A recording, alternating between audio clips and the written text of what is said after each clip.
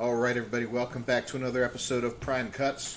I'm Captain Beefy. I'm Captain Beefy, and tonight we're going to talk about the Green New Deal. Now, I went ahead and I printed up a copy of it here, and the frequently asked questions that went along with it, and we're going to kind of go over a little bit of this. It's a lot of mumbo jumbo in there. You know, I'm not going to look at every single part of it, but there are points of concern within this New Deal that, quite frankly, are a little disturbing. And these are the things we're going to highlight here. It can be found online. You know, easily look it up and download your own copy if you want to read it yourself. I highly recommend doing it. I think I know a lot. You know, this is proposed by Alexandria Ocasio-Cortez and a lot of Democratic congressmen and senators and all that have, you know, shown support for it, including some of the people that are running for office, you know, for the presidency, some of the Democratic hopefuls. I believe Kamala Harris did. I believe Cory Booker did as well. I got the glasses on today because we're going to have to do a little bit of reading here. But overall, it's suggesting that the United States works on changing the way that our carbon footprint overall. And the way that it's proposing to do that is to make everything, to make us have a zero carbon footprint, basically, where we are totally non-reliant on fossil fuels. We use clean, renewable energy, and you know, we do this in a very short order, like it's an emergency, like the world's going to end in 10 or 12 years. There's a 10-year goal to get all this done. Now, as a young man, when I was a bartender, much like Ms. Cortez, I worked construction in the summertime when things were slow at the bar. You know, make a little extra money, take a couple shifts off at the bar, work construction. Part of this plan indicates that we need to either upgrade or replace every building to have a zero carbon footprint within 10 years. Well, let me tell you, I worked construction. To call that a pipe dream is to do it, is to be kind. There's absolutely no way that alone will work. Okay, I mean, that's pie in the sky stuff there, but we're going to go through page by page. So page 3, one of the things that it suggests here is that hourly wages have been stagnating since the 1970s despite increased worker productivity. This is a truth in here.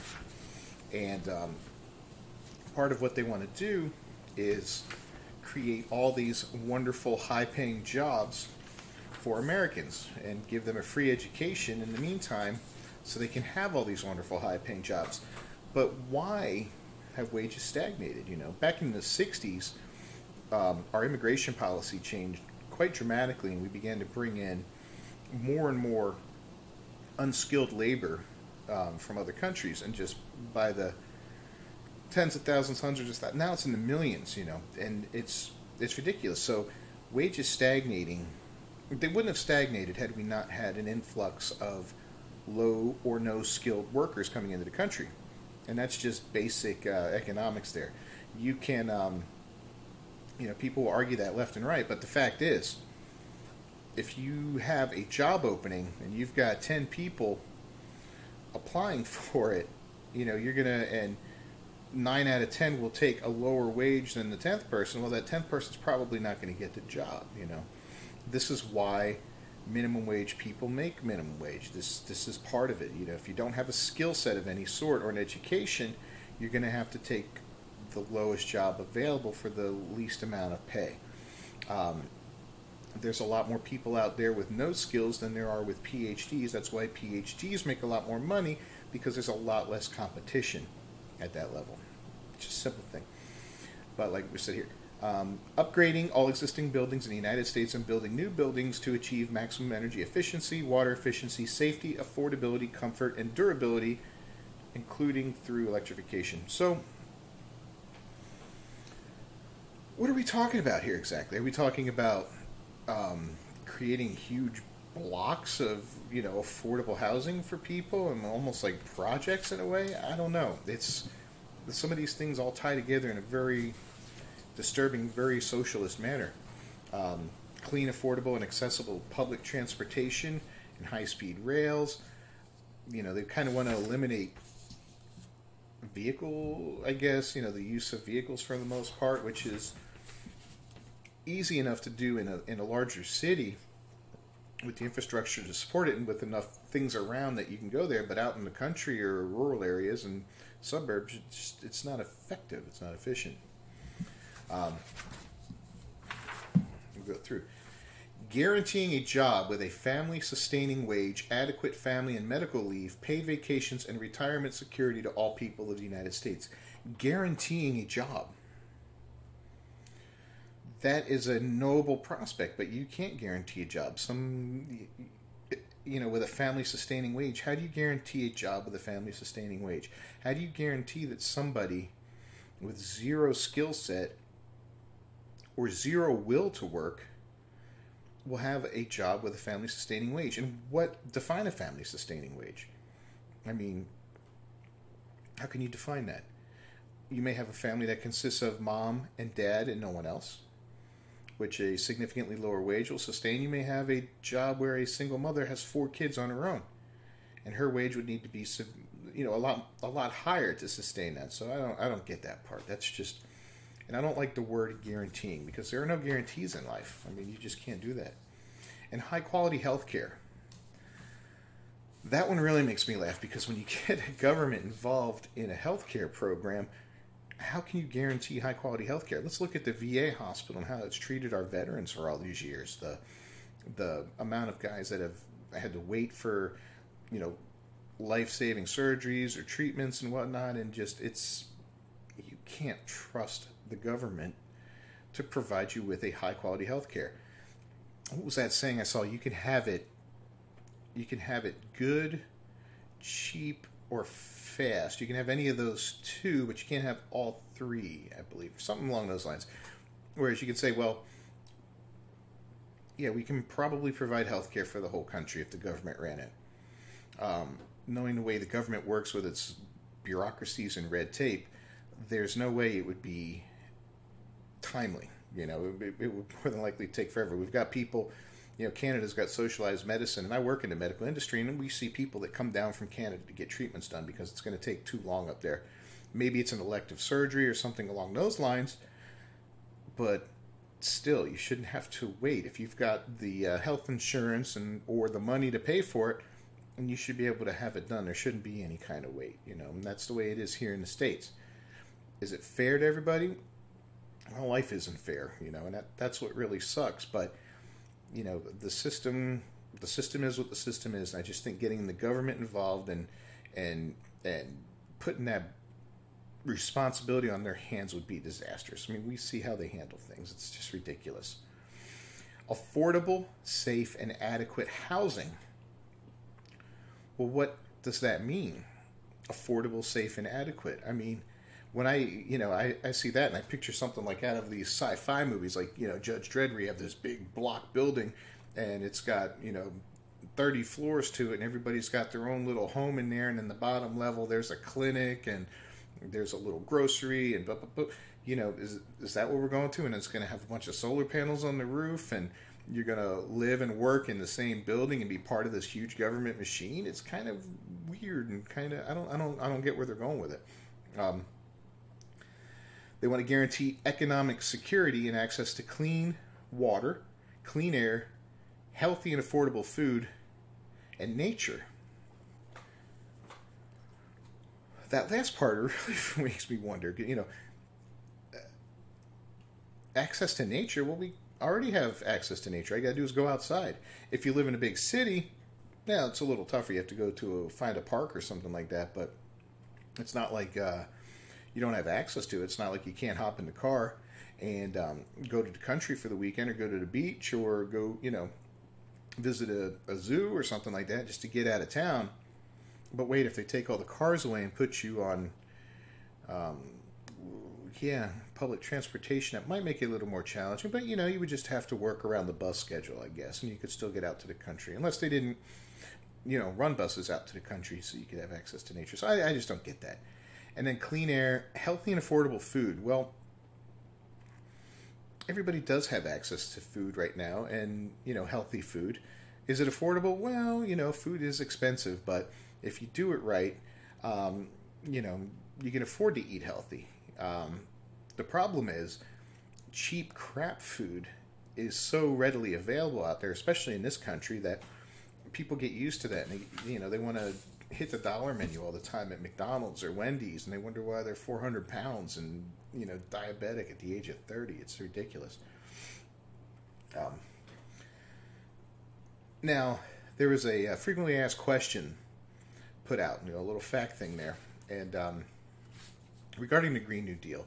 And one of the one of the things it's talking about is this is a massive transformation of our society with clear goals and a timeline. It's a 10-year plan.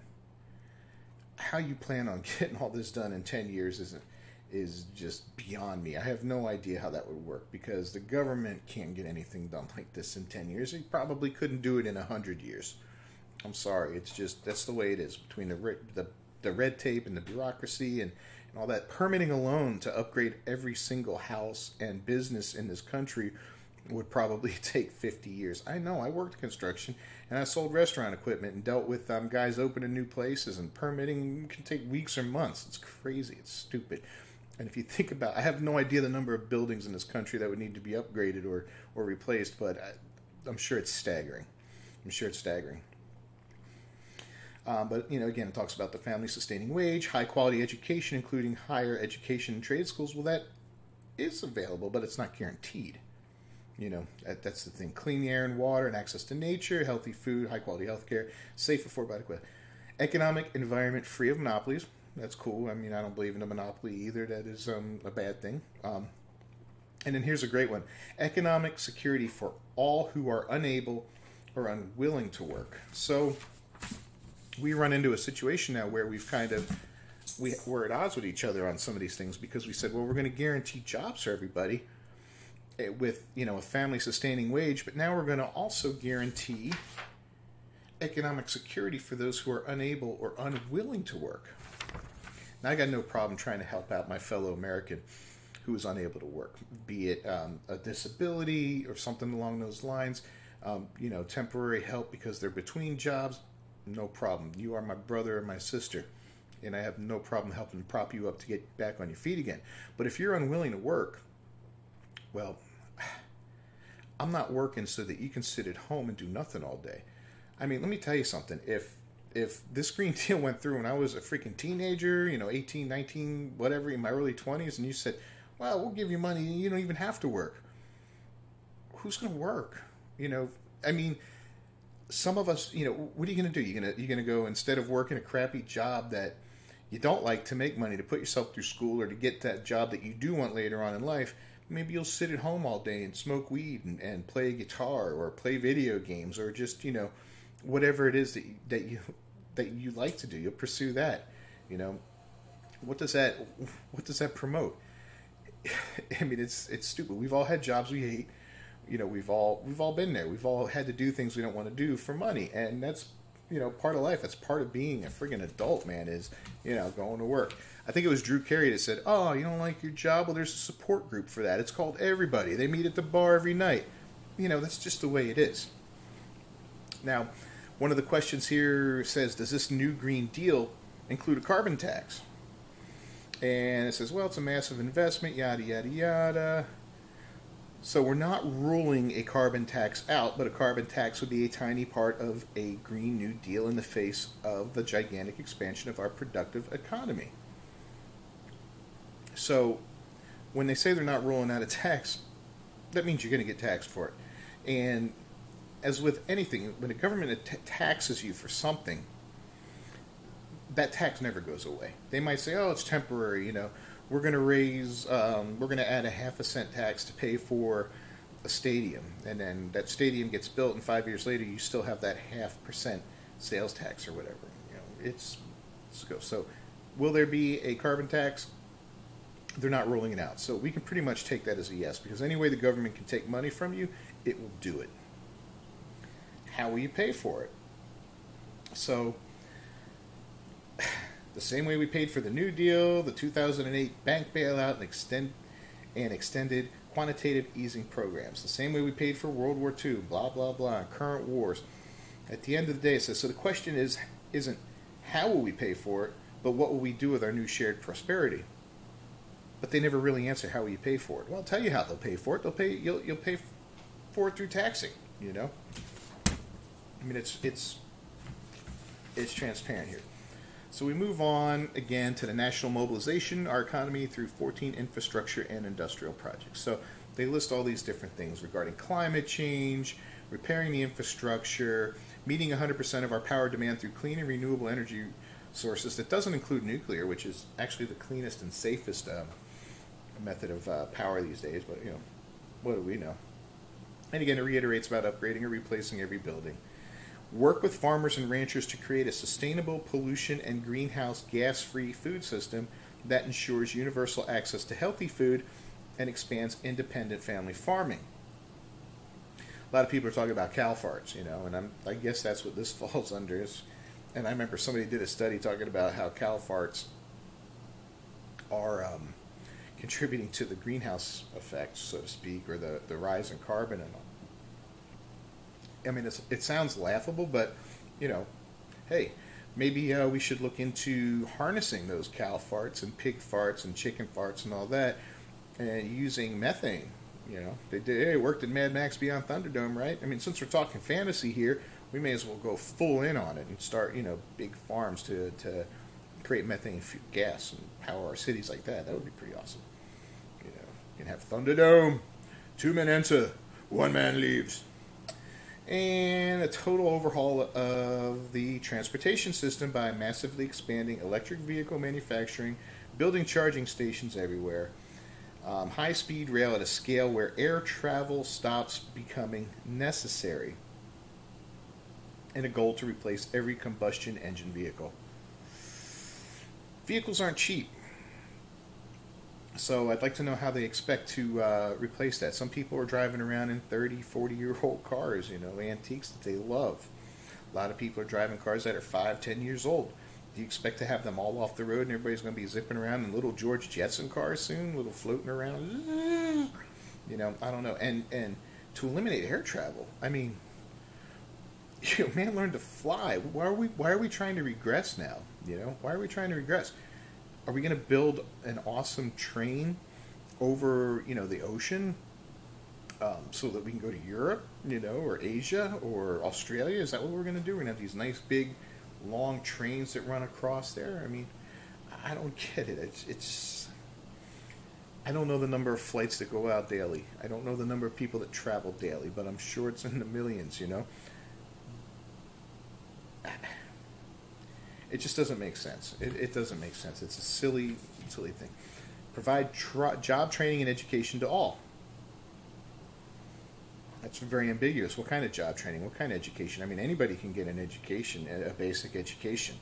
You know, there is public schooling for high school. And from there, what you do with your life depends on any number of factors, from your will to your skill to your position in life. Do you have the money for college, junior college, whatever? You can go online now and get an education. I mean, in job training, a lot of jobs will train you.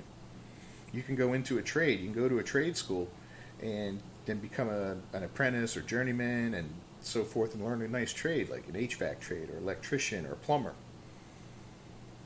And then here we are, we reiterate, guarantee a job with family-sustaining wages. It's a noble prospect. I'll give her that. You know, she gets an A for effort. I really think she's trying here, but the fact of the matter is that it's basically a pipe dream. You know, there's no way that this Green Deal, this new Green Deal, is going to work. Now she bases it off of FDR's New Deal that he put out back in the day, and I guess she's a big fan of that. And there's somebody else that was a big fan of that. I think Hitler based the Third Reich off of the New Deal. You know, if you go back, you can do some reading on that and how he was impressed by it and all that. But it's setting up what feels to be this big socialist government-driven lifestyle where everything is going to be dependent on government-run farms, government-run transportation, you know, education, all that. So what are we going to become, slaves of the state? everybody's just going to be tooling away, doing their little part, a cog in the wheel, and you're going to live in your nice little government-provided box, and you're going to work at your little government-provided job, and you're going to get that living wage that sustains you, and you're going to have, your food rations, which are healthy, and access to nature. Once a month, they're going to bus you out to the farm so you can go, see how the other half lives in this whole government corporate machine. I don't get it. I don't like it. It sounds to me like a bunch of pipe dreams and a bunch of socialism mixed in with environmental activism. Now, don't get me wrong. I understand the importance of taking care of our planet. This is our home. You got to take care of it. I don't buy into the whole climate change thing. I mean, and we're not going to discuss that today. But a lot of fear mongering went into this. A lot of it's just full of it all together. It's like we took everything about the climate and everything about socialism and mixed it all up together in this weird Green New Deal thing, and it's just not going to work. So good luck with that, Alexandria Ocasio-Cortez. And from what I understand now, that this has been pulled off of her website because she received so much backlash. People were doing parodies of it on, I saw it on Twitter and all that. One guy posted something about drinking your own urine and processing your own urine to save water, which is obviously a joke and all that, but people are losing their minds left and right over this thing. But for me, it just sounds like, if this is what the Democrats have to offer, then be afraid. Because what we're looking at now is government not only getting into your health care, which they've been talking about for a while, but your food, your transportation, your housing, and your education. I mean, and your employment, guaranteeing a job. So what aspect of life is the government going to leave to you? That's just a question to think of.